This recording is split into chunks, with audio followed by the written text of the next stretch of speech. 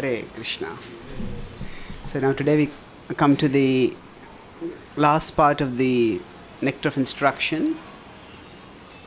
These verses talk about the highest levels of devotion, and correspondingly they also talk about the higher arenas where devotion are practiced, pure devotion is practiced.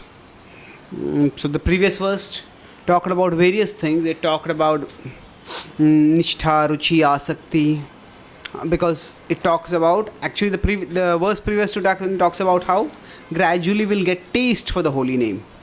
And once we get taste for the holy name, tadgada moola hantri, the avidya will go away. That avidya is the cause of anartha nivritti. So once anartha nivritti goes off, then what happens? Nishtha comes up. Very strong faith will come up. So the difference between Shraddha and Nishtha is in terms of the strength of the faith. Although both are faith, but there's a huge difference in the strength of that faith. So in Nishtha, Srila Prabhupada explains, is actually favorable curiosity. Sorry, Shraddha. Shraddha is favorable curiosity. Maybe there is something higher in spiritual life. Maybe there is some the spiritual stuff. There's some stuff in it. I have to find out. So jigyasu, as Prabhupada correlates sometimes. Prabhupada will say that when people get a book, some people may just refuse to take the book. Some people may, if they are forced to take a book, they take the book and just throw it away, or put it somewhere, never touch it. Some people, okay, what do these people say? Let me find out. So that is favorable curiosity, that is Shraddha. But Nishtha is a deep-rooted faith. Just like initially one may go to a doctor, at that time one has some tentative faith. Okay, maybe this doctor will, I'll find out whether the doctor's treatment works or not. But if after I have taken the treatment and it has helped cure me, then my faith becomes much stronger. Yes, it's worked. So anartha nivritti is the level at which we can see that the process has worked for us. So anarthas have gone down. So after that, the faith becomes much stronger, nishtha. And actually love is the highest level of faith. Now we can have faith in many people. For example, every time we ride in a taxi, we have some level of faith in the taxi driver. The taxi driver is not a drunkard or is not incompetent. So practically everything that we do, there is some level of faith in it. And suppose we have a doctor who has been treating us regularly, competently for several years, then we have much stronger faith in that doctor. But still, that is not love. Then there is love, then faith is implicit within it. It's implicit within it. So the way Prabhupada writes in the purport of 9.2 and 3 in the Bhagavad Gita, especially 9.3. What is 9.3?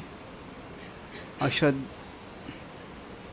idam tute guhyatam pramukshami anusooye jnana vigyānatva moksha seva rajavidya rajaguhyam pavitramidam uttamam pratyakshavagam dharam susukham kartumavim ashaddadana purusha dharmasyasya parantapa aprapyamam nivartante mrityu samsara vartmani. So there, when he's talking about Shraddha, he talks about these three levels, Kanishta, Uttama, Madhyama, Uttama. And there he says essentially the process of spiritual advancement is the process of deepening of faith. That is the essence. So a very initial favorable curiosity is, what is that? Shraddha. A stronger faith in a stronger conviction about the potency of the process, that is Nishtha. Now, if we see it's moving from vagueness to concreteness. Okay, there's some stuff over there. It may be interesting. Let me find out. That is Shraddha. Then there is more concrete. Yes, this is a process that works. But then at the level of prem, it's become very concrete. It's not just a process that works, but actually there's a person who's making everything work. And that person is the Lord of my heart. That person is the one for whom I want to live and for whom I am ready to lay down my life also. So it's a progress in the development of faith.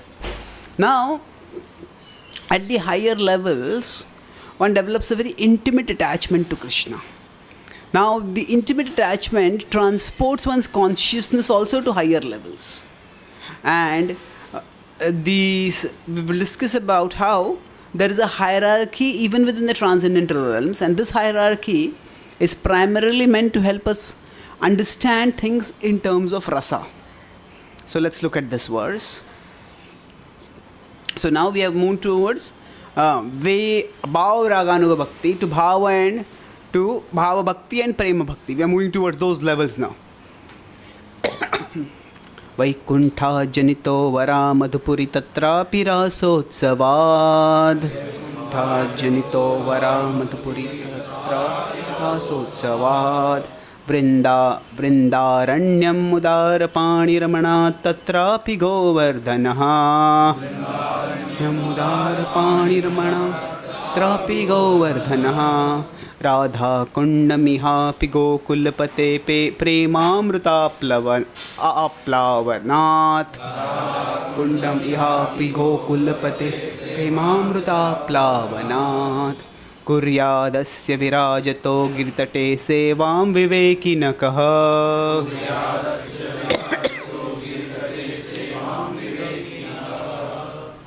So, vivekinakah. Here there is a rhetorical question that is being asked. Who will not do it? So, the idea is, yes, any intelligent person will do it. So, the rhetorical questions often are used to just bring about a more emphatic delivery of a point. So, who is the fool who will not do such a thing? That means every intelligent person will do it. So, where is the wise person who will not do such a thing? Yes, every wise person will do such a thing. So the rhetorical statements are meant to drive home certain points emphatically. So, Vivekinakaha. Sanskrit is one of the many languages which do not use many punctuation marks. So, we don't have commas, semicolons, hyphens, even question marks also. We see that Sanskrit actually, it is a language which is quite parsimonious. Parsimonious means it doesn't use much. Parsimonious with respect to punctuation marks. And that can lead sometimes to greater ease of writing, but it can also lead sometimes to greater complexity in comprehension. But here, Viveki Nakaha. So, who is the wise person who will not do this? What will not do is Kuryat Asya Virajato Giritate. Virajato. Who will not reside in such a place, Giritate, at Radha Kunda, which is on Giritate. Giritate is on Govardhan. So let's look backwards and go towards the hierarchy here. So Vaikuntha Janito Vara. So Vaikuntha is, if we look at the Vedic scriptures, there exalted destination is talked about in terms of the level of that scripture. For example, if the scripture is Karmakanda, then the primary exalted destination that is talked about is Swarga. So, for example, if you look at the Ramayana and Mahabharata, at one level there are books about pure devotion, but at another level they are also talking about dharma, artha, kama, moksha. So, attainment of heaven is considered to be a very exalted destination in these books. And Pandu, it is said, he has gone. The Mahabharata says that he did not attain Swarga. He attained the abode of Yama, some money. So Narad Muni told Yudhishthira Maharaj that if you do the Rajasuya sacrifice, Pandu has said that then he will be able to attain Swarga as the previous ancestors have attained. Because Pandu, he had himself not performed adequate number of sacrifices. So then that's what was done. So then that was one of the objectives by Yudhishthira Maharaj, performed the sacrifice of Rajasuya. Of course, we know from the pure devotional point of view, his purpose was to glorify Lord Krishna. But my point of talking about here is that according to the context, the scriptures will glorify the specific destinations which are going to be most attractive for the people of that level of mentality. So, for people who are primarily interested in material enjoyment and in higher standards of material enjoyment than what are otherwise available, then the profuse enjoyment of Swarga is described. And attaining Swarga is considered to be a very exalted destination.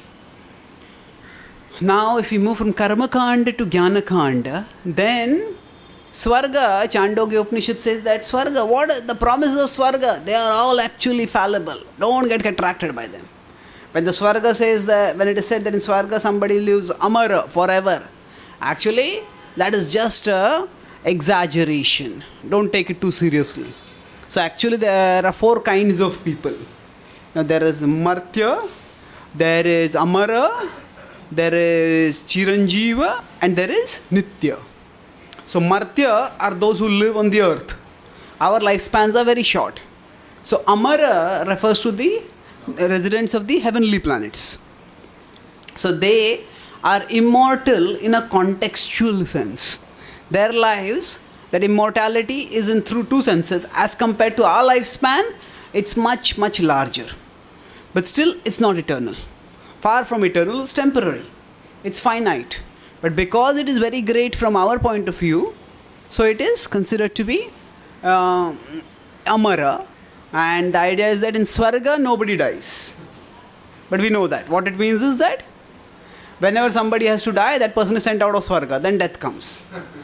So it is just contextual. Then after that is Chiranjeeva. Chiranjeeva refers to those who live for a lifespan, for a day of Brahma. Sometimes it may even refer to some people who live for the lifespan of Brahma. But even they are not eternal. Only the Nitya is eternal.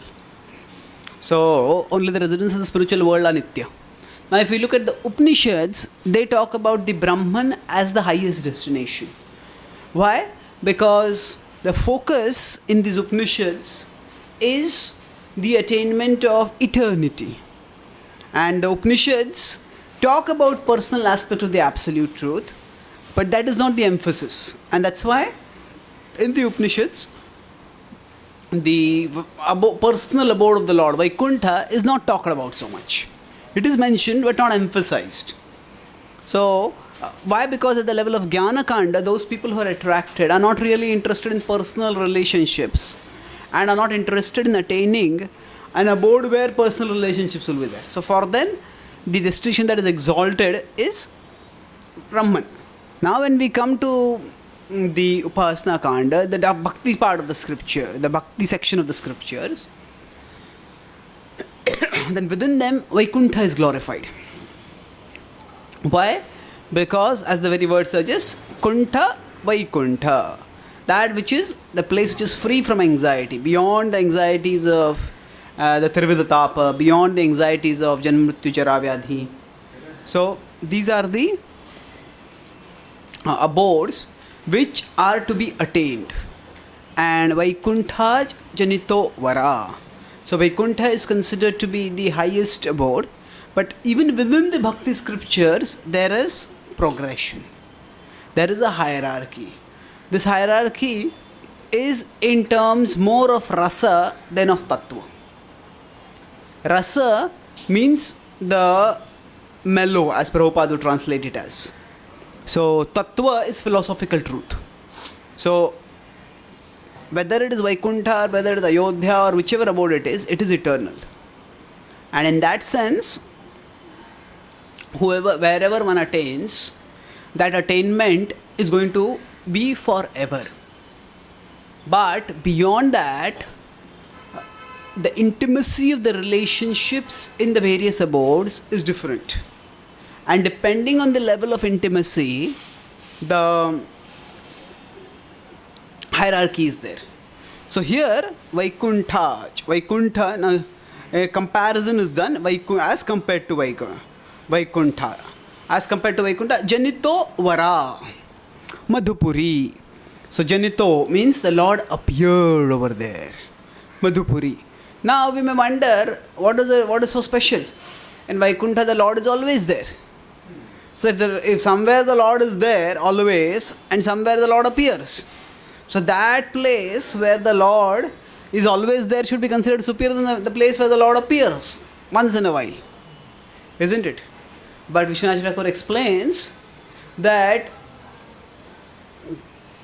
the Lord's manifestation in the material world is extremely special, because if there is a shining jewel present in a luminous place as contrasted with the shining jewel present in a dark place, where will the shine seem much more captivating?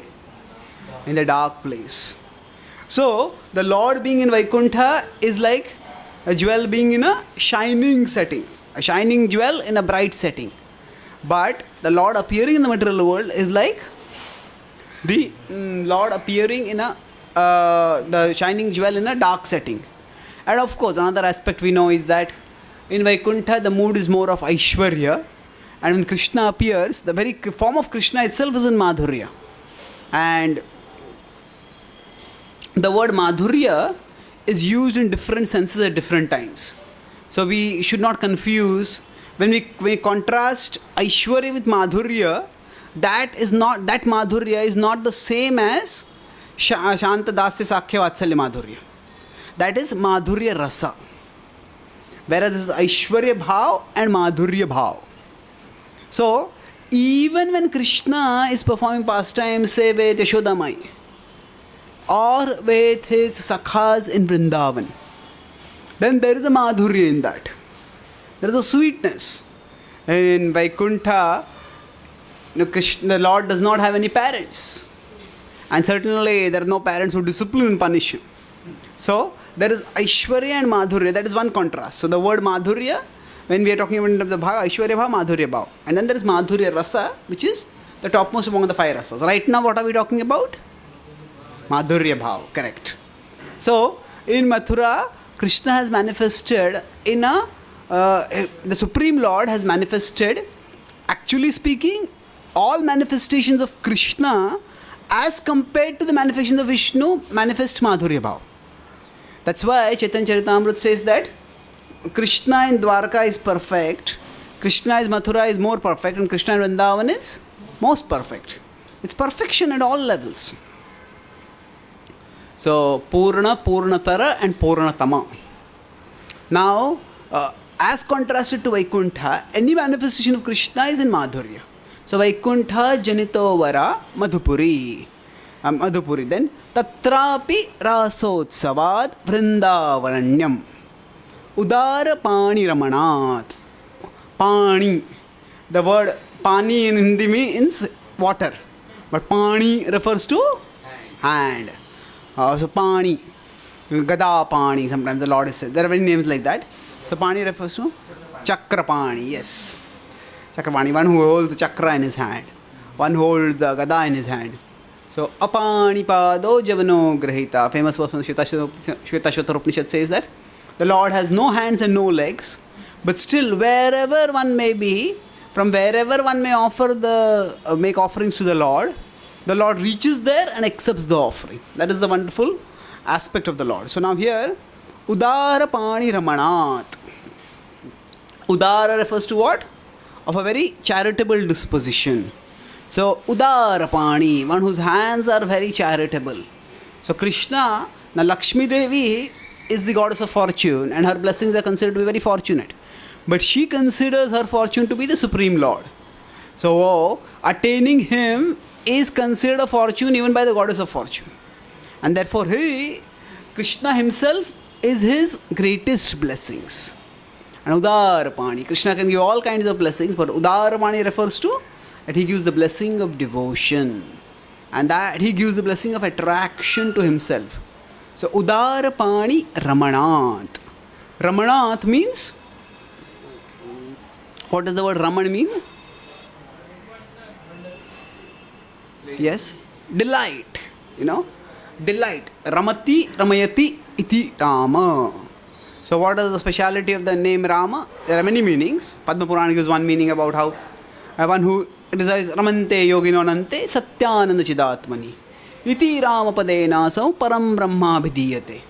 Ramante yogino anante, in that supreme person in whom the yogis delight unlimitedly, that supreme absolute truth is called as Ram. So Ramante means to delight. The word Ramante also comes in the Bhagavad Gita in 10.9. Machitta madgata prana bodhayanta parasparam kathayantascha mam nityam tushyanti cha ramanti cha. And Chakravarti Pad in his commentary explained that the word Ramanti especially refers to the Madhurya Rasa pleasure, the intimate pastimes between the Lord and his devotees in the conjugal mood. Now actually the word conjugal refers to the relationship. Now Prabhupada generally uses the word conjugal to refer to male-female relationships. The Lord's relationship with his devotees, the gopis. He uses that. With any devotee in the female form, he refers to as conjugal. Now actually the word conjugal refers not just to male-female. Bhaktivedanta Thakur would use the word amorous. Now amor refers to the attraction between the male and the female. Whereas conjugal refers to the relationship within marriage. So why does Prabhupada use the word conjugal to refer to the relationship of Krishna with the gopis? Now we know from the point from one point of view that the gopis are not swakiya, they are parakiya. So although they are parakiya, then why does Prabhupada doesn't use the word amorous? The amorous relationship. If you see everywhere Bhaktivedanta Thakur's writings, the conjugal word doesn't come. It's amor primarily. So the transcendental amor of the gopis for Krishna. So Prabhupada wants to emphasize the point that actually it's only a matter of rasa that the gopis don't belong to Krishna. When the point from Tattva, everyone belongs to Krishna. And everyone belongs to Krishna in that sense. It's just like if a man and a woman are wedded to each other, but in a drama, they are playing a role in which they are not wedded to each other. And then they are having a relationship with each other. So for the sake of the drama, it appears as if their relationship is out of wedlock. But factually, they are related with each other. So like that, just for the sake of heightening of rasa, there is the difference. There is the parakiya mood created. But actually, its relationship is swakiya. So now Ramana. So I was talking about all this because Ramanat means that the Lord delights over there. So especially delights with the gopis. Tatrapi Rasotsavad. Now where was the Rasotsava performed? Vrindaranyam. So in the forests of Vrindavan, the Rasa Leela was performed. And the Lord performed Lord Ramanath. He delighted over there. That's why that is considered to be even higher. And where the Lord appears, it's special.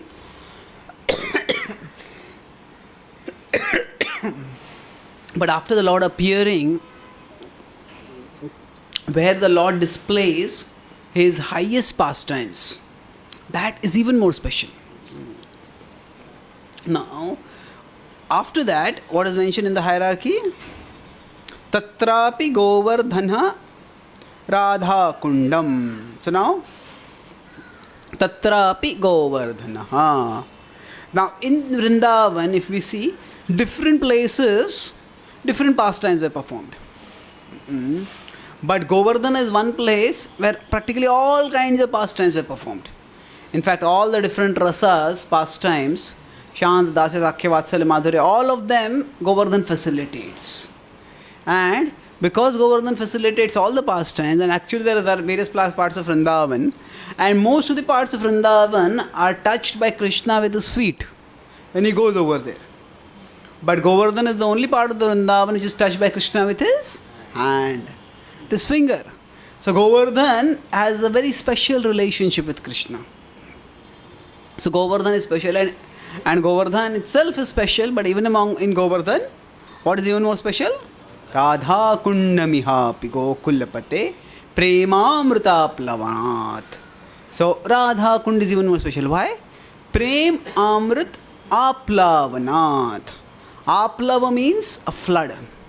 Prem Amrit, the nectar of prema. So Prema Amrit Aplavana. So there is a flood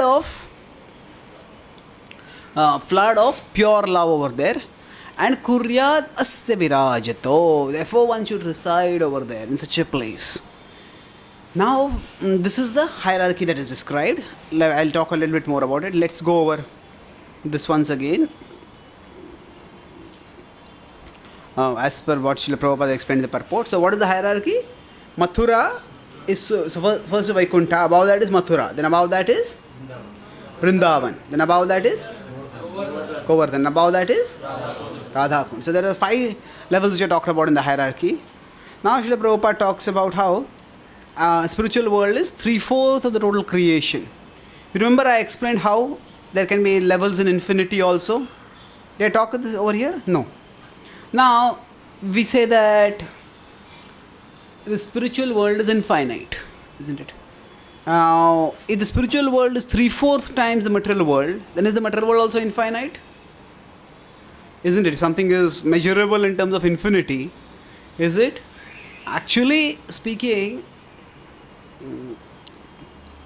firstly, whenever we talk about 3/4 or 1/4, these sort of things are talked about, the emphasis is not on literal dimensions. It's not that literal dimension is not true, but that is not the emphasis. For example, when we say the soul is 1/10,000 the tip of a hair.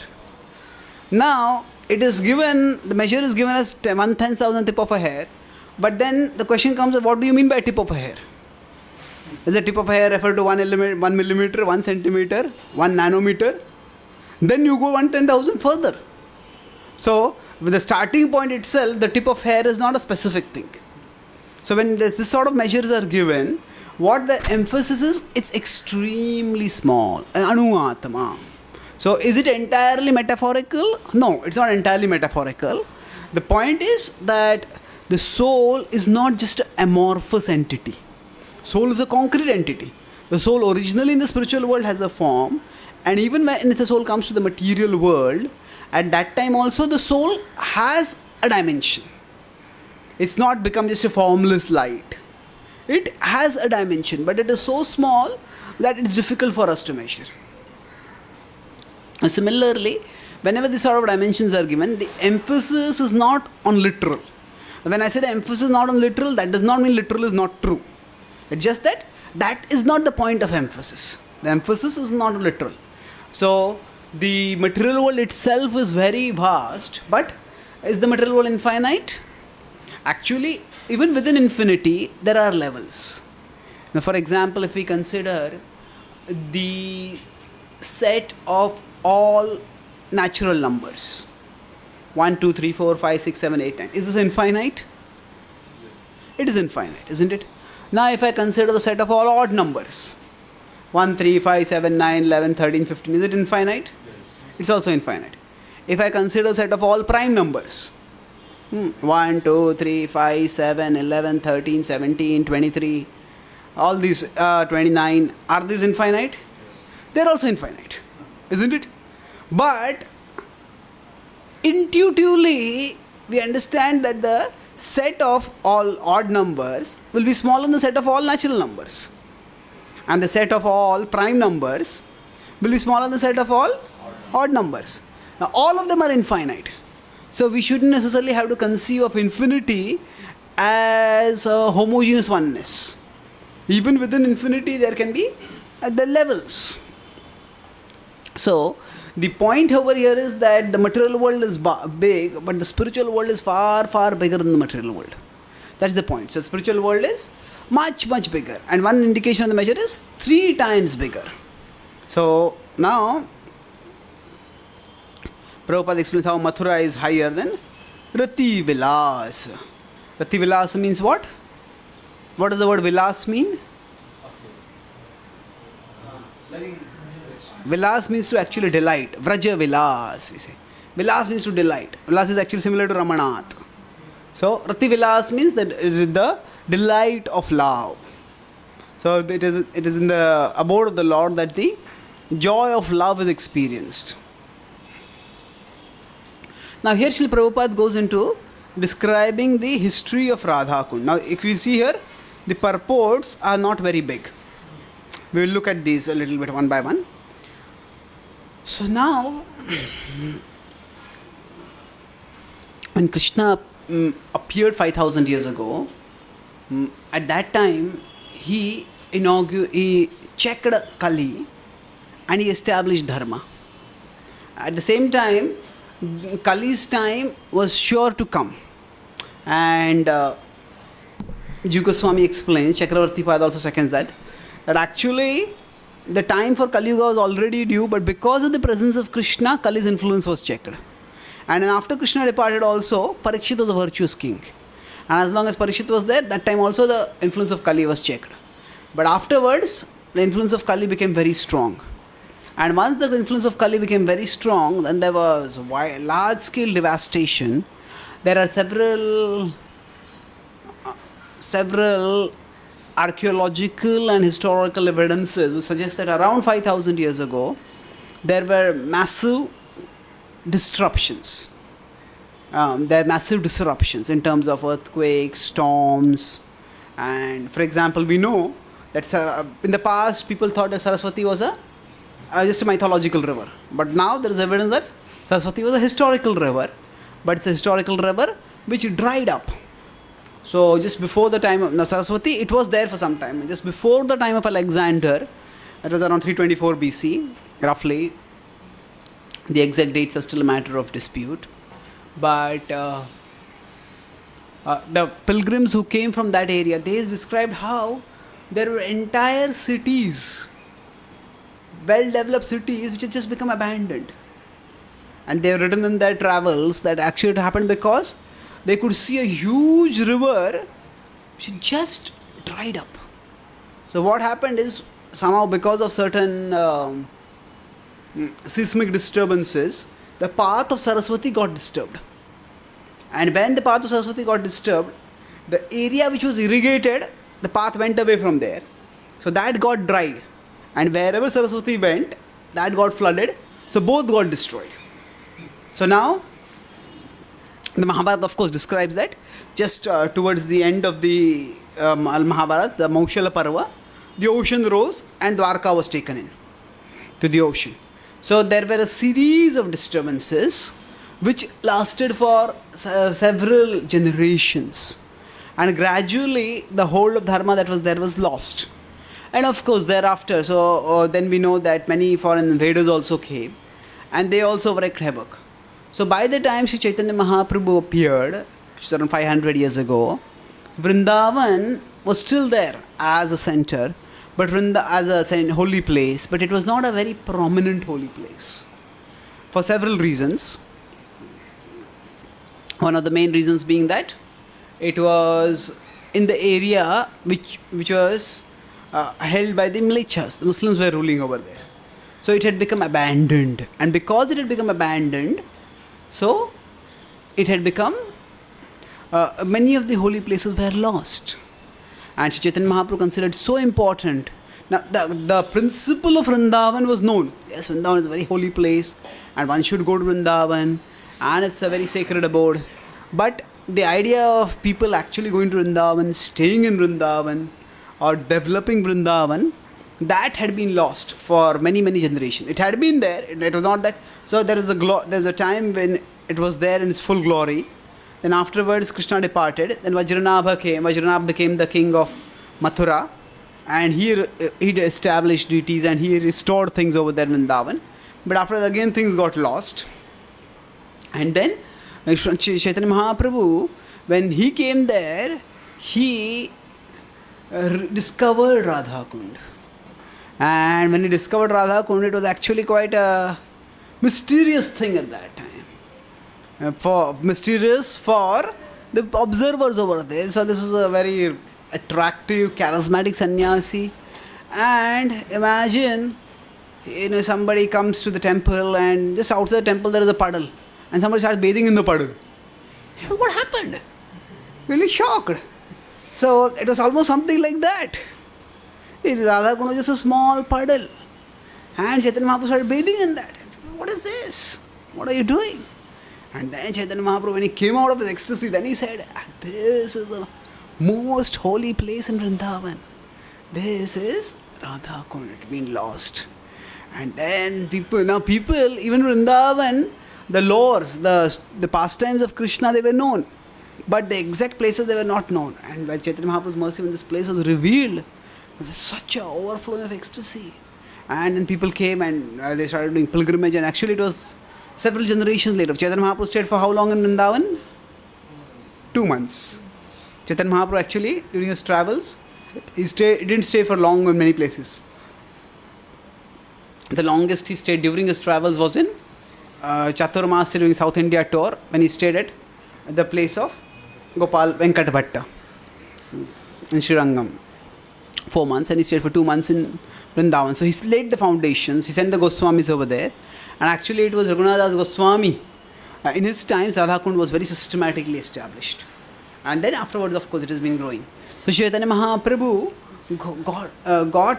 rediscovered Radha Kund, and then eventually the followers of Chaitanya Mahaprabhu, the Goswamis and the subsequent generations, they brought Vrindavan back to its glory.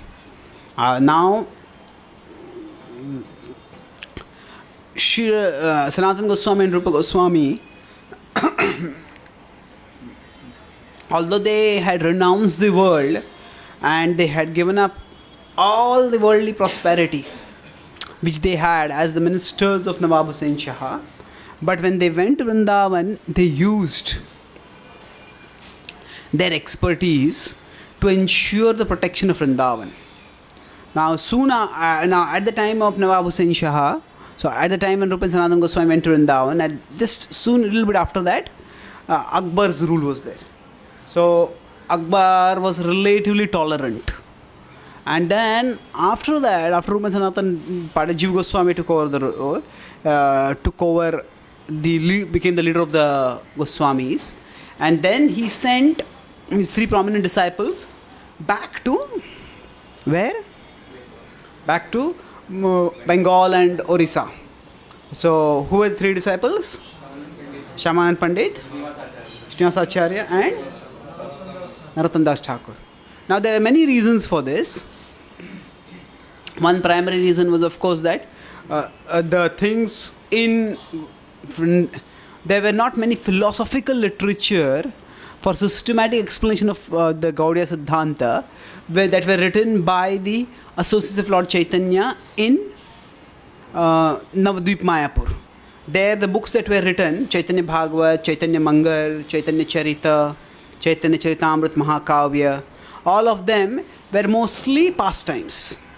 And Chaitanya Mahaprabhu was immensely loved by the Vaishnavas over there, even after his departure. But the Siddhanta was not very clear. Siddhanta had been established by the Goswamis. And that's why the Vaishnavas who came from Bengal to Vrindavan learned over there and then returned back. They played a very crucial role.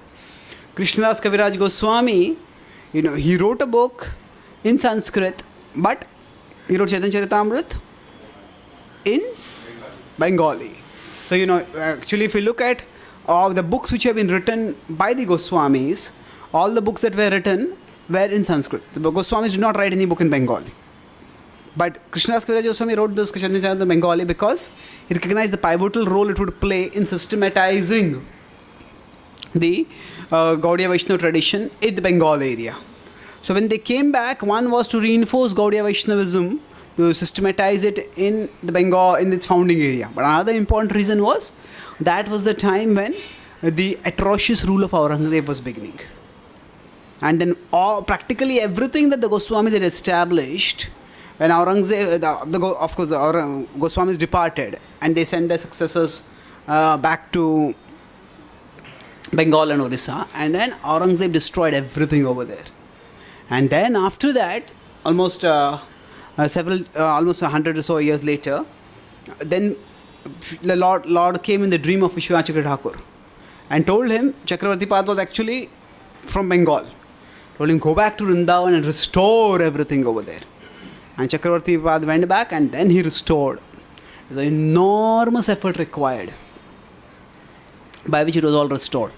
And of course, then after that, we have again a phase where there was a lot of danger when Bhaktivinoda Thakur went to Vrindavan. At that time, around the Vrindavan area, there were a whole tribe of formidable dacoits. And what these dacoits would do is, generally the Indians, the pious Indians, the word Hindu is used in Chaitanya Charitamrita, but it's primarily used as a self-differentiation from the Mlecchas. So the Hindus who would go there, they would normally, because of their pious sentiment, they would want to give charity in the holy places. And they would take money with them. And these bandits would plunder the pilgrims. And they were ruthless. If any of the pilgrims resisted, they would be killed over there. And the devotees had desperate longing to go to Vrindavan, but it was almost suicidal to go to Vrindavan. Now the pilgrimage places, it's not suicidal. They did not go with any money. They could go through unscathed relatives. Of course, they would face some trouble. But somehow they reached the tourist places, not the tourist, pilgrimage places also. For them to grow, they also need people who come and give resources over there. They are not self-resource generating places. So because of these bandits, Vrindavan had come to a very terrible situation. So Bhaktivinoda Thakur, during his various postings, he was posted in the Vrindavan area for some time. And when he was posted over there, he worked vigorously to rid Vrindavan of that menace. And then, from that time, Vrindavan became relatively secure, at least in terms of material security. And then Bhaktisiddhanta Thakur, of course, came there. And then Bhaktisiddhanta Thakur also established Gaudiya Mats, and he created a very strong foundation further in terms of the establishment of Siddhanta and the forums that will lead to will procreate the pure Siddhanta. And then Srila Prabhupada established his temples over there. Now even when Srila Prabhupada established temple, he had huge amount of difficulties. So we won't go into the history of the Krishna Balram temple over here. But after Srila Prabhupada established temple, now Vrindavan has become quite a international tourist attraction. Now, of course, there are other problems. At one time, there was the desolation of isolation that was there. Now there is a desolation of materialism that is there. Now many things in Vrindavan have become too materialistic. But still, the original sanctity, the original potency and purity are still there. Whatever be the external isolation that may be there or external congestion that might be there, the original spiritual potency always remains. Now, how is this spiritual potency accessed? Actually, just going through Vrindavan itself is good. We'll see in the scriptures two distinct thoughts mentioned. One is that the Bhagavatam says that one who goes to a holy place just for the sake of bathing. What is such a person compared to? Sa eva go kharaha. Go kharaha, not chara. Chara would be someone, but go chara actually has many different meanings. There's a destination of the senses. Indriya go charaha. So, go kharaha. How does the verse start?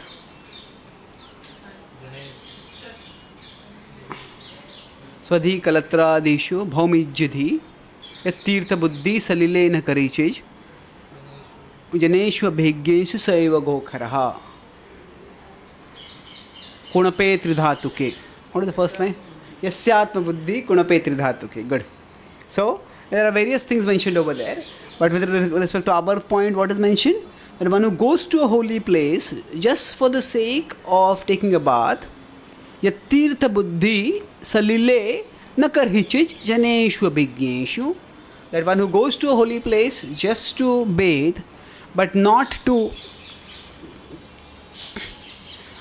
learn from the advanced devotees, such a person is like a cow or an ass.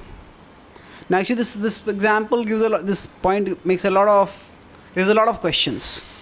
Actually, in the scriptures itself, bathing in a holy place is considered to be very important. And we'll say that in the next verse, that's what is the theme, that how exalted, how fortunate is the person who bathes in Radha Kund. Now, what can be a greater fortune than that for such a person? So that's one thing which is talked about. But along with that, what is also talked about is that the statement that what is the use of just bathing? So the idea is bathing has to be there, but bathing in proper consciousness. And for that bathing in proper consciousness, what is required is the association of devotees. So actually, in the proper appreciation of Dham, there are 3 steps that are required. First is, there is oral reception. Now we hear from scripture, but along with oral reception, we may say we can always do oral reception here in Mumbai also. Then what is the need to go to Vrindavan at all? No. After oral reception, there is sensory perception. The senses are also meant to be engaged in Krishna's service. That's why the whole process of Bhakti Yoga is a process of sensory spirituality. It is the process of Jnana Yoga is the process of senseless spirituality. Senseless can be used in both senses. It's a pun. It's senseless in the sense that there are no senses are involved in it. And senseless also means that there is no deeper understanding, deeper sense of actually what is the nature of the soul and nature of God. So bhakti is sensory spirituality. So there is oral reception, then there is sensory perception. And then the most important part is there is devotional recollection. When these 3 are there, oral reception, sensory perception and devotional recollection, then the magic of being in a dham is awakened. So we go to a holy place, we hear, and then we hear, okay, this is the place where Radharani created the Kund. Radha Kund and Shyam Kund created after the killing of Arushta. So the whole pastime we hear. So first we hear, that is, after hearing, then we actually perceive, and then there is recollection. And we see this in the Shuddha Bhakata Charana Renu song. So when Bhaktivinoda Thakur is seeing Ganga, he is not just seeing Ganga, he says, Charana Sindhu Dekhiya Ganga Sukh Sasima Paye. So he is not just seeing Ganga. What is he seeing? Charana Sindhu Dekhiya Ganga. He sees Ganga as what? Charana Sindhu. How is Ganga Charana Sindhu? Yes, when Lord Vamandev's foot penetrated the universal covering. So actually, the Ganga is not just the water of the Shirasagar, that, of the Karanasagar that is coming. Along with the Karanasagar, it is touch the feet of Lord Vamana. Not only they touch the feet of Lord Vamana, actually it is even from Brahma's Kamandalu. Brahma also wanted to bathe, offer Abhishek to the feet of the Lord. So he did that also. All that water is combined together, then it comes down. So it's very special. So when he's seeing the Ganga, so many people see the Ganga, but what is it? First of all, there is oral reception. He's heard about the glories of Ganga. And then Dekhiya. The Charana Sindhu, how does one come to know about that? From hearing. And then one sees Dekhiya, the sensory perception. And then after that there is this devotional recollection. And then the recollection, what happens? Then there is ecstasy. Sukhasa Sima Pai. So when we go without the association of devotees, then there is only sensory perception.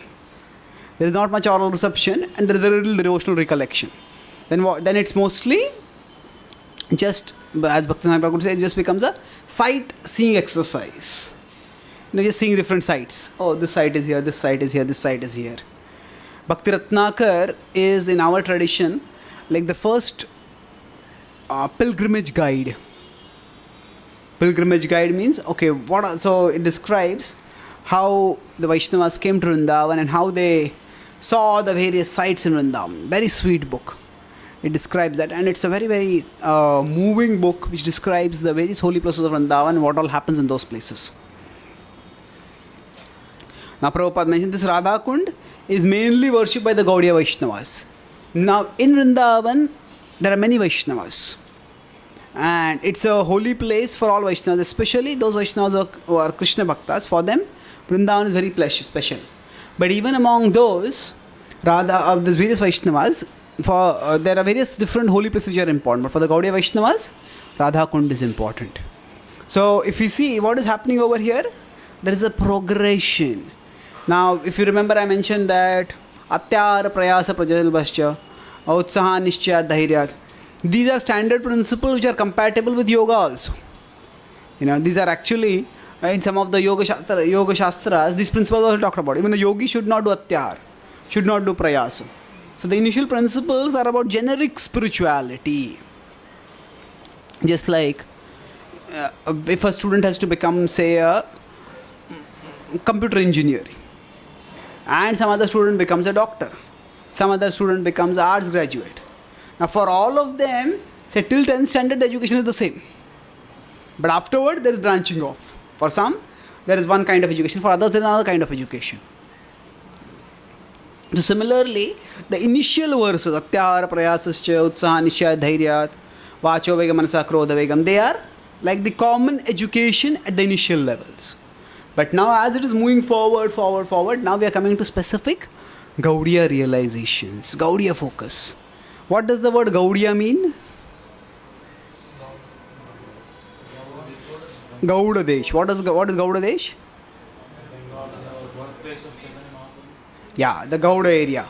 The Bengal area is called as Gaudiya Vaishnavism. Now, it is also sometimes called as Chaitanya Vaishnavism. Why? Because it is no longer limited to Gauda. But our Acharyas have often used the word Gaudiya Vaishnavism itself, because the word Gauda has another inner meaning. What is the meaning? The word Gauda is the adjective of the word Guda. Guda is jaggery. Now jaggery is grown everywhere, in various parts of the country, various parts of the world. But if any of you have tasted Bengali jaggery, it's almost like chocolate. It's extremely sweet, extremely delicious. So Vaishnavism is there in various parts of the world, but the Vaishnavism as is revealed by Sri Chaitanya Mahaprabhu, that has a special sweetness to it. So the Gaudiya Vaishnavism refers not just to the geographical location, but the distinctively sweet disposition of that Vaishnavism. That's what it refers to. So in this disposition, how Krishna is conquered by the love of his devotees. So actually the pastime of Radha Kunda, what does it demonstrate? Actually, people who become contaminated, they go to the Supreme Lord to become purified. I'll not go into the full pastime, we have all heard about it. What happened is Arishtasur came and attacked, and then Krishna killed Arishtasur. And what happened? The gopis said that you have killed a member of the cow species, a bull. So you have become contaminated, you have to purify yourself. So now this itself is quite an extraordinary statement to make. You have to make a statement like this. People go to God to become free from contamination, to say that God, you have become contaminated. Now this itself indicates the exalted level of the gopis.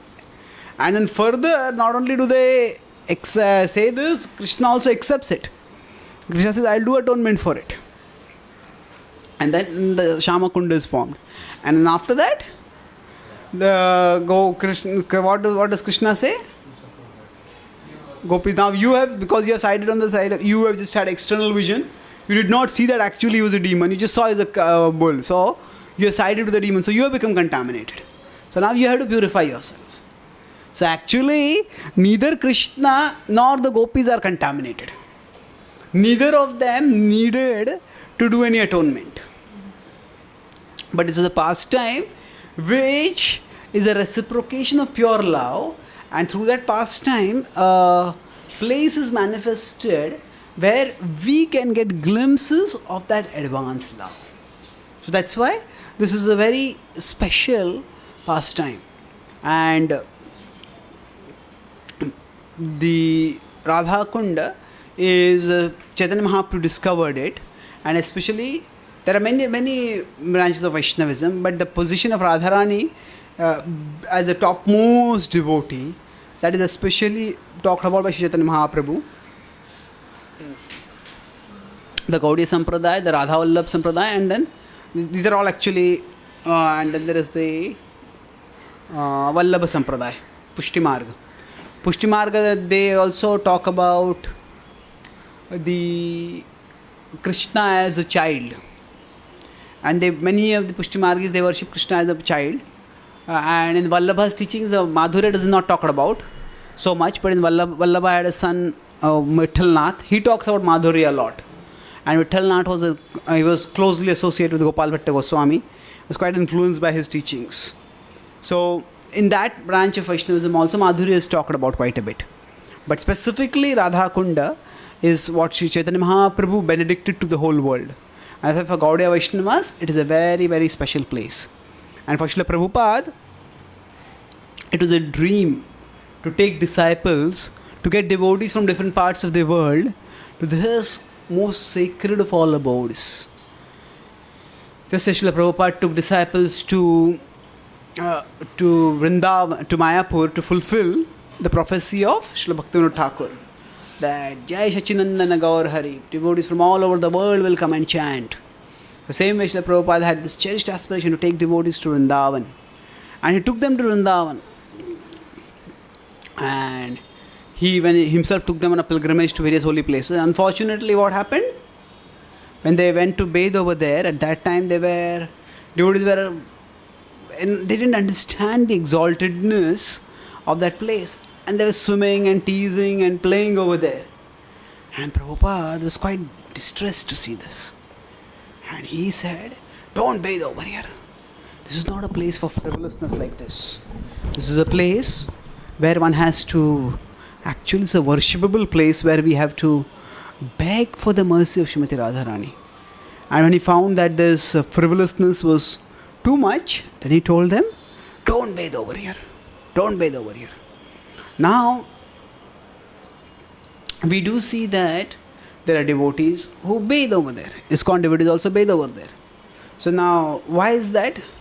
See, when Acharya will also give instructions according to time, place, circumstance. So, Prabhupada himself has written his books. And one of the books is Nectar of Instruction, where he is talking about the glories of Radha Kund. And here it doesn't say, in the last verse he will talk about how it's great fortune to bathe in Radha Kund. So Prabhupada has given that as the transmitter of the tradition's message. He has given that. At the same time, Prabhupada is also telling, don't bathe. So what do we do in such situations? There is a hierarchy. Every word that the Acharya speaks has its potency, has its importance. But we can't take every word of the Acharya literally. When the devotees initially started developing a Gurukul, so at that time they asked Prabhupada, for the Gurukul children, how much food should they take? So Prabhupada said 2-3 chapatis. So that is what Prabhupada just generally mentioned that. And some Gurukul teachers, they made a rule, only 3 chapatis, nothing more than that. A person is a glutton, should not be given. Now you cannot take literally things like that. So if you take statement literally, there is a hierarchy. So there is in the Veda base, there is a front matter. And the Jayadat Maharaj has prepared that matter. And he says in Prabhupada's words, there is a hierarchy. The highest is his purports. Because those are what he put conscious thought and he wrote considering a broad audience. Then after that there are his lectures. Lectures have a greater time specificity in them because lectures are spoken to a particular audience. In fact, there is a letter in 1975 or 76. One devotee told Srila Prabhupada wrote to Srila Prabhupada, I would like to transcribe all your lectures so that I can understand your message deeper. Prabhupada said that will be prayas, not required. Prabhupada said, whatever message I want to give, I have given in my books. Just study my books. Now, of course, this does not mean that Prabhupada did not want them to be transcribed. The point is that Prabhupada did not consider them as important as his books. He studied the books. That's primary. Then after that, there is the conversations. Conversations are for even a smaller forum. And then there are the letters. Letters are even more specific. They are written to one person. Somebody, for example, may say that Prabhupada might have written to somebody that, oh, you are troubled by sex desire. I suggest that if you are troubled by sex desire, you should get married. Now somebody says, oh, this is standard. I think we have discussed this hierarchy, isn't it, earlier? No? Okay, now we don't know what the letters, now what has happened in Vedabase to protect the confidentiality of the devotees. The letters they wrote to Prabhupada have not been given. Because they have told all their personal problems. How can you publish that for the whole world? So, only the letters that Prabhupada wrote are given. So, we don't know what is the background. Maybe for that same devotee, Prabhupada may have met him and talked with him privately. Or Prabhupada may have given him written earlier some other letters. And then after several letters, he said, okay, it's not, if you're finding it too troublesome, then it's not that you have to remain a brahmachari lifelong, you can become a grahastha. So, we cannot take what is time specific and make it completely universal. That's why many of the, one of the earlier days I talked about Prabhupada statements about Hitler or some other statements of Prabhupada. No, they don't come generally in his purports. They come primarily in his other correspondence, other speaks, other talks. So they have to be contextualized. So normally we would like to follow we have to follow the essential message of the tradition. And the essential message of the tradition is that the Radha Kund is very exalted and one has to bathe in it. So actually Prabhupada himself gives the example that if there is one point, you can draw many lines through that point. But if there are 2 points, how many lines can we draw? One line. Even if you expand the point a lot, make that point into a big circle, still you cannot draw too many things. If you have 3 points, what happens? Then it's even more difficult to draw too many lines. Only one line you can draw. So Prabhupada said like that. He said if you just take the statements of one Acharya, then there can be many interpretations of the statement. And you can have confusion. But if you study the words of the Acharya in the context of the previous Acharyas, then what will happen? So one point is Prabhupada, one point is Bhaktisiddhanta Thakur, one point is Bhaktivinoda Thakur, and beyond that is Chakravarti Pad. So when we study, then we understand what is the essential message of the tradition. And by understanding the essential message of the tradition, we can actually move forward and avoid taking extreme positions. So what Srila Prabhupada told at that point was a contextual thing. Seeing the irreverential attitude of the devotees, to caution them, Prabhupada told, actually, what should you do? Don't bathe in Radha Kund. But the importance of Radha Kund, Prabhupada has already told in his books. And that's what the previous acharyas have also told us. So therefore, bathing in Radha Kund is recommended. It's in fact a very great privilege, but it has to be done cautiously. So under the guidance of our spiritual guides, with a proper reverential attitude, when we bathe, then there is great spiritual blessings that can come upon us. So in the tomorrow's class, I think we'll be able to complete both the next verses. Any questions about today's class?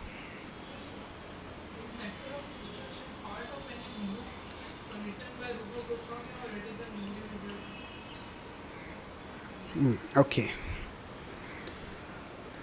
Is Nectar of Instruction a part of any book by Rupa Goswami, or is it itself an independent treatise? Yes, it is an independent treatise. And now we see that Ishopanishad, if Prabhupada's purports are not there, then it is just 19 verses. It just, if you take a printout of the 19 verses, just one full scape page, 2 sides, the whole book Ishopanishad will be over. So, but to understand it, we need commentaries. So that's why even in the Acharya's writings, Rupa Goswami, this is a treatise for devotion, and it is a very condensed book. But it has been commented on repeatedly in our tradition. What Rupa Goswami did was the essential principles of devotion in a very condensed format he has given in this. So it is not in and of itself. It is not like the Bhagavad Gita, which is a part of the Mahabharata. Bhagavad Gita as compared to the other Vedic scriptures is small, only 700 verses. But it is also, although it is a part, still within its, in spite of being part, it can be read independently. But Updeshamrut is not like a part of any other book. The Ishopanishad, on the other hand, is a part of the Yajurveda. It's a small part, but it's a part of the Yajurveda. Ajurveda, yeah. So it's last, I think it's part of the last chapters. So this is not a part of any other book. It's itself a separate short treatise which is given as a guide for devotees. Thank you. Any other questions? Yes.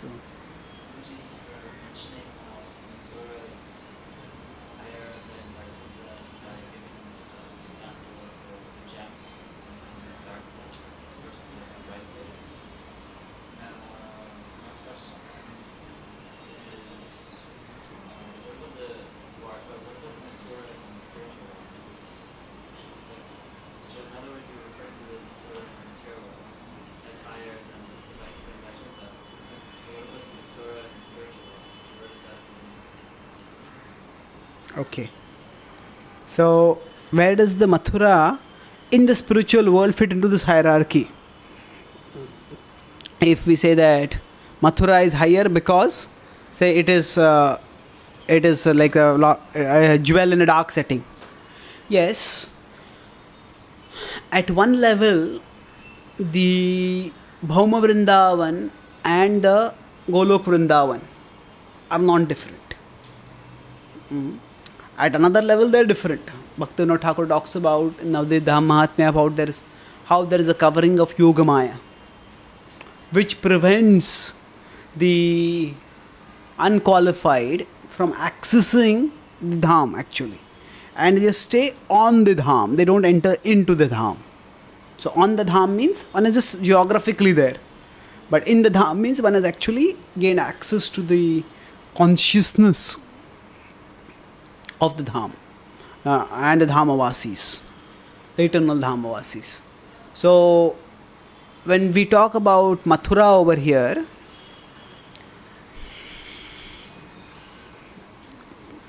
another point that is mentioned over here is Janito, that the Lord appeared over here. The Lord appeared over here means that it's clearly talking about the Mathura in the material world. It's not talking about Mathura in the spiritual world. The Lord doesn't appear over there. So now, in the Brahma Samhita, in Jiva Goswami has written the commentary in the Brahma Samhita, and in that commentary, he analyzes quite elaborately the spiritual world, because Brahma Samhita describes the spiritual world. And he describes that actually the Brahma Samhita the spiritual world has multiple parts. There is Dwarka, there is Vrindavan, and then there is Navadvip. So now he says that is Mathura itself there in the spiritual world? Because we see that Krishna has a particular rasa of pastimes in Dwarka and a particular rasa of pastimes in Vrindavan. But what exactly is the rasa of the pastimes in Mathura? So actually the Mathura Mandal, as a Vrindavan, Braja Mandal is a part of the Mathura Mandal. So in that sense, Mathura exists. But there is no specific form of Krishna which exists eternally in Mathura. So Mathura as a extension of Vrindavan is in the neighborhood of Vrindavan. So we know that in the spiritual world there are no demons, but there are sometimes rumors of demons, just to increase the anxiety, the dependence, the ecstasy that is there. So Vrindavan has its pastoral, rural flavor, but there is also the understanding that there is an urban city which is in the vicinity. So in that sense Mathura is there, but there is no separate form of Krishna which resides in Mathura. So with respect to the hierarchy which we are talking about, basically the understanding would be that what is referred to over here, where that will also apply to the spiritual world.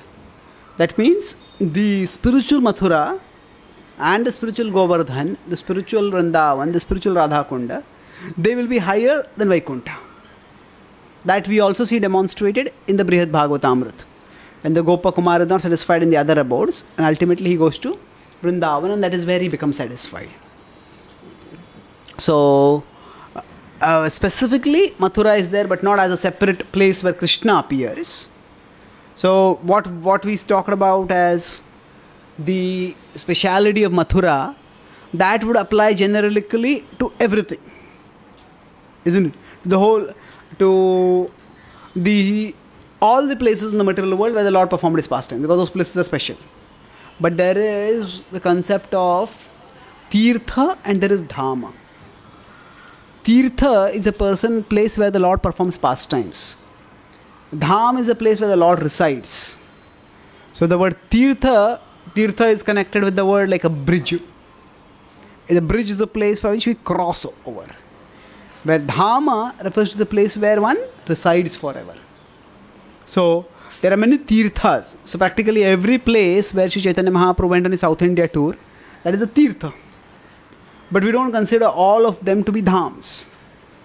It's not that all these places Chaitanya Mahaprabhu is eternally residing. In Navadvip is eternal abode of the Lord. So like that, there are eternal abodes of the Lord. So, but from the point of view of hierarchy, because even when Mathura, which is close to Vrindavan, in the spiritual world, the Madhurya Bhav of Krishna is manifested, because Krishna and Vrindavan manifesting a Madhurya Bhav, so that's considered higher than Vaikuntha. Does it answer your question? Thank you. Any other questions? Yes, bro.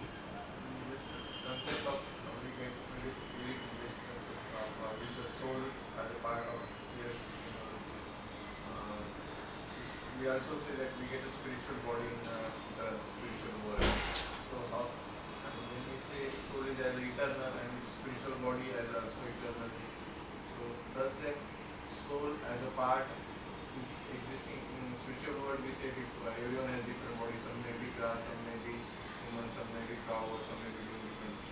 So what is actually we can understand the different bodies as a spiritual body is something eternally, and when we come to the material world as same as that soul form comes in that mood, or Okay. So the question is, what is the relationship between the soul as it comes, the bija in the material world, and the soul has a particular form in the spiritual world? What is the nature of that body also, that form? Just as for Krishna, the body and the soul are non-different. Similarly, for the soul in the spiritual world, the body and the soul are non-different. That means in the spiritual world, it is not that there is we have eyes, we have ears, but they are all spiritual. So whichever particular form might be there, they all have those particular bodily limbs as appropriate, but it's all eternal. Now that same form, actually that same soul, when the soul is in the material world, the soul is in the form of a bija. That is 1/10,000 the tip of a hair. It's very, very small. So what has happened to the Swarupa? That Swarupa has become sort of unmanifested. And when the soul becomes purified, the Swarupa becomes manifested again in the spiritual world. If we look at the pastime in the Brihad Bhagavatamrit, when Gopakumar goes back to the spiritual world, at that time, what is the reaction of Krishna? Krishna, initially when he sees Krishna, loses his Krishna consciousness. Krishna becomes unconscious. His ecstasy, and then he says, "Where have you been? I'm so delighted to have you back." And then Krishna is very happy. He says, "I offered you this, I offered you heavens, I offered you liberation, I offered you dominion like Brahma, and you rejected it all for my sake. I'm so grateful to you." So what does it indicate? That actually that soul is not really manifest over there. But when Krishna sees that soul, Krishna remembers. And Krishna is delighted. Krishna is delighted. So what it means is that the souls, that means the point which I'm making is that during the soul's absence from the spiritual world, the soul's Swarupa is not known. Soul Swarupa is not felt over there. It's not noticed over there.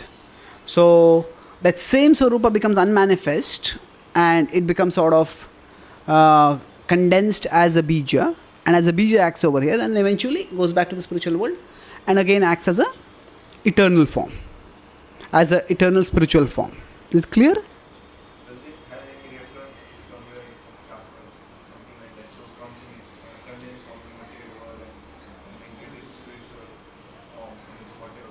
manifested form in the spiritual world. Is there any reference in Shastra for this?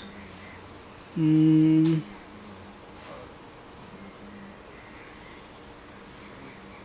say soul is eternal, Sanatana, it has not changing body, not difficult, not say, so we cannot do anything with that. It is eternal as before as.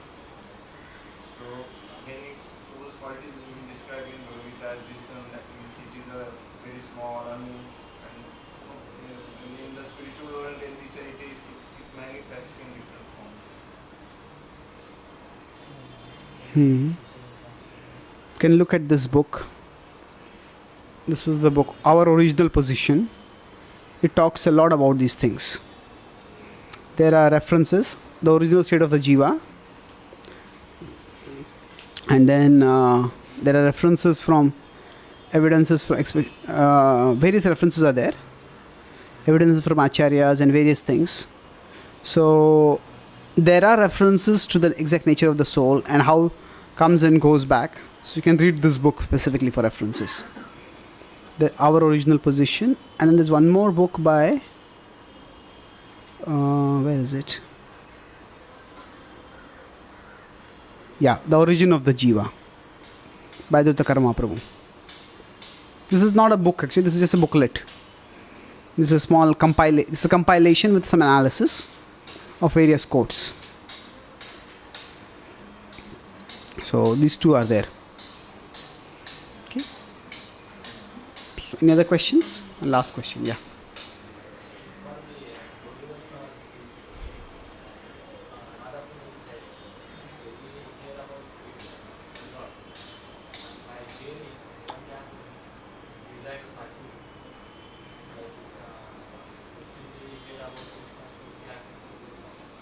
Loudly, we hear about.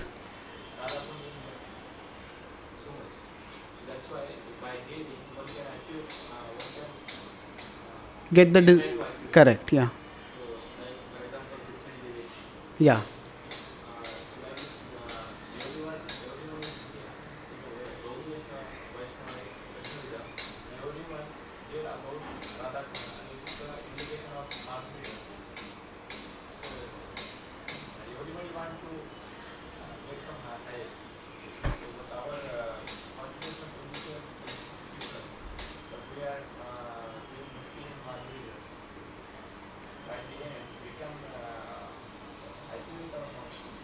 Okay.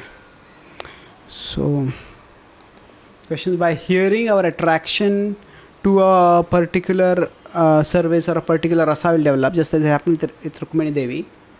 So, in Gaudiya Vaishnavism, we hear about the Madhurya Ras. So, will we get attracted to that? But if our Sarupa is different, then what will happen?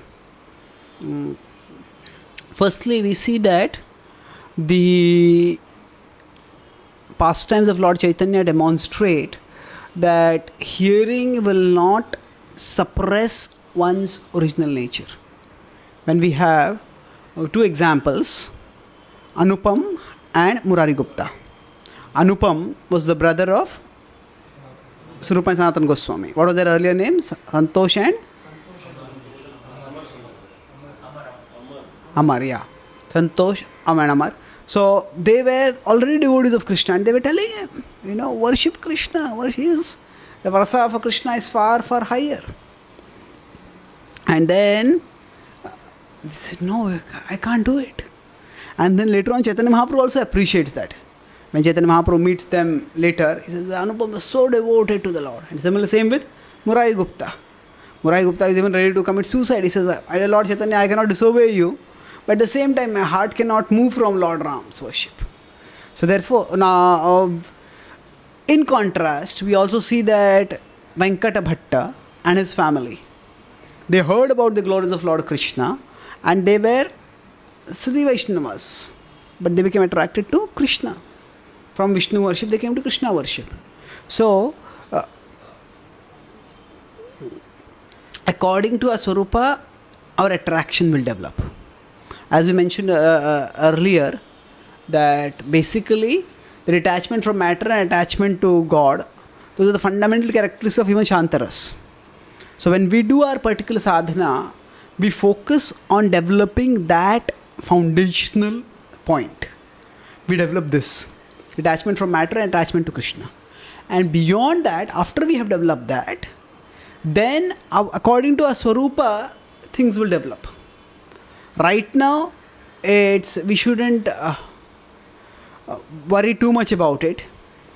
When we are caught in the fetter of matter, we don't have to worry about matters far beyond matter.